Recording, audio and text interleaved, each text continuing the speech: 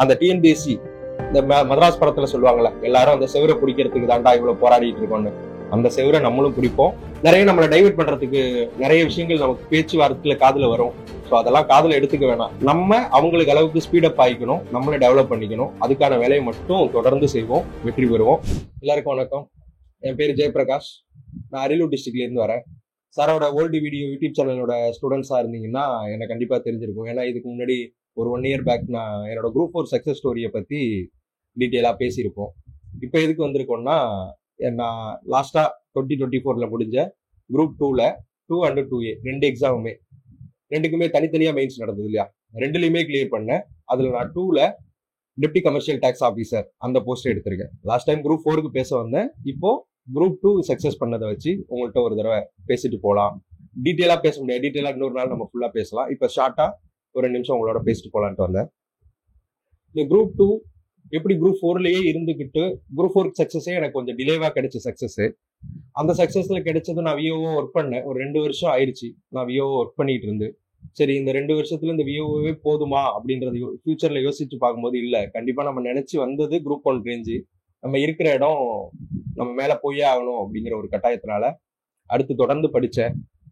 படிக்கும்போது இந்த group 2ல prelims first clear பண்ணோம். பண்ண உடனே நான் ப்ரிலிம்ஸ் முடிச்ச உடனே நமக்கு 2 and 2A ரெண்டுமே கிளியர் ஆகுமா அப்படிங்கிற டவுட். அதுக்கப்புறம் கொஞ்ச நாள் கழிச்சு ரிசல்ட் வந்த உடனே 2 and 2A ரெண்டுமே கிளியர் ஆயிடுச்சு. சரி, இதுக்கப்புறம் நம்ம வாங்குற பே ஸ்கேலுக்கும் 2Aயோட பே ஸ்கேலுக்கும் பெரிய டிஃபரன்ஸ் இல்லை. ஸோ நம்மளோட ஃபுல் ஃபோக்கஸ் 2ல மட்டும் வைப்போம் அப்படின்னு சொல்லி 2ல நல்லா ஃபோக்கஸ் பண்ணேன். நான் மெயின்ஸ் எல்லாருமே சொல்லுவாங்க இங்கிலீஷ்ல எழுதுனாதான் பாஸ் பண்ண முடியுமா அப்படிங்கிற கட்டாயம் கேட்பாங்க. நான் full and full English Tamil தான். என்னோட நோட்ஸ் ஃபுல்லாவே தமிழ். நான் ப்ரிப்பேர் பண்ணது தமிழ்ல, ரிட்டன் மெயின்ஸ் எழுதுனதும் தமிழ்ல, இப்போ பாஸ் பண்ணியிருக்கிறதும் அந்த தமிழை யூஸ் பண்ணி தான், தமிழ் லாங்குவேஜ்ல தான் எழுதி பாஸ் பண்ணேன். நான் உங்களுக்கு என்ன சொல்ல வரேன்னா, இன்னும் நிறைய பேர் தமிழ்ல எழுதுனா பாஸ் பண்ண முடியுமா அப்படிங்கிற ஒரு சந்தேகத்துல மெயின்ஸ் ப்ரிப்பரேஷனை கொஞ்சம் ஸ்டாப் பண்ணி வச்சிருக்கீங்க. அப்படி எதுவும் தேவையில்லை, கண்டிப்பா பாஸ் பண்ண முடியும். இந்த தடவை நிறைய பாஸ் பண்ணவங்க நிறைய பேர் தமிழ்ல எழுதுனவங்க இந்த தடவை கிளியர் பண்ணியிருக்காங்க. நீங்களும் விடாம ட்ரை பண்ணுங்க. மெயின்ஸுக்கு இன்னொன்று என்ன வேணும், 2 2A ரெண்டுக்குமே என்ன வேணும் அப்படின்னு பார்க்கும்போது குரூப் 4க்கு நம்ம வாட்டுன்னு இதுக்கு முன்னாடி படிச்சோம். இப்போ கொஸ்டின் அதுவும் டஃப் ஆயிடுச்சு, இல்லைன்னு சொல்லலை. பட் நம்ம அதுக்கு கீழே ஒரு ஆபீசர் கேடர் போஸ்ட் வரும்போது நீங்க அதிகபட்சமா படிச்சதை நிறைய எழுதுற மாதிரி இருக்கும், எழுதி படிக்கிற மாதிரி இருக்கும். இப்போ ரீசெண்டா கூட 2Aவுக்கு ரீசனிங் 50 கொஸ்டின் ஆக்கிட்டாங்க. லாஸ்ட் டைம் 40 இருந்தது, இப்போ 50 ஆக்கிட்டாங்க. அந்த 40ல நான் 36 போடுறதுக்கான மெயின் ரீசன் யாருன்னா, நான் 5 வருஷத்துக்கு முன்னாடி ஒரு ஆர்ஆர்பி அந்த வீடியோலயே நான் சொல்லியிருப்பேன். நான் இதுக்கு முன்னாடி பேசின ஒரு வீடியோல சொல்லியிருப்பேன். நான் ஆர்ஆர்பி ப்ரிப்பேர் பண்ணும்போது ஒரு 3 மாசம் சாரோட கிளாஸ் ரீசனிங் மேக்ஸுக்காக பார்த்தேன். அப்ப பார்த்தது இன்னைய வரைக்குமே நான் எக்ஸாம்ல போய் தான் அந்த ப்ராக்டிஸ் பண்ணதான், எக்ஸாம் தான் கொஸ்டின் தான் எனக்கு ப்ராக்டிஸ் செஷன் மாதிரியே. அப்போ போட்ட பேஸ்ன்னு எனக்கு இன்ன வரைக்கும் மறக்கல.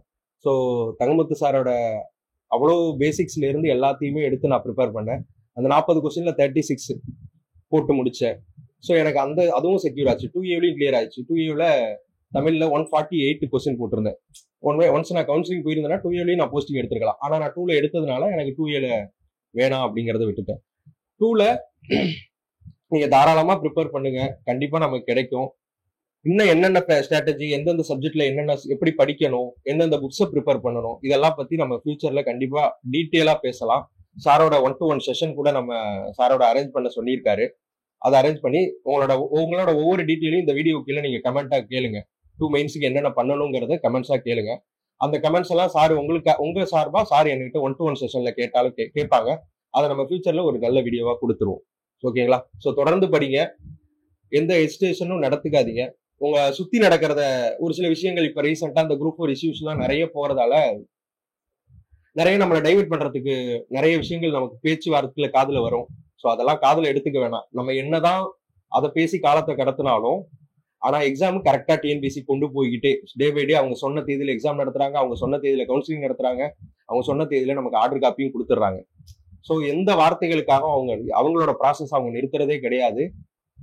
நம்ம அவங்களுக்கு அளவுக்கு ஸ்பீடப் ஆகிக்கணும், நம்மளை டெவலப் பண்ணிக்கணும். அதுக்கான வேலையை மட்டும் தொடர்ந்து செய்வோம், வெற்றி பெறுவோம். நீங்களும் ஒவ்வொருத்தரும் வெற்றி பெற்று அந்த டிஎன்பிஎஸ்சி இந்த மதராஸ் படத்துல சொல்லுவாங்கல்ல, எல்லாரும் அந்த செவரை பிடிக்கிறதுக்கு தாண்டா இவ்வளவு போராடிட்டு இருக்கோம்னு, அந்த செவரை நம்மளும் பிடிப்போம், வெற்றி பெற்றுட்டு வின்னிங்கோட வீழ்றோம். நன்றி.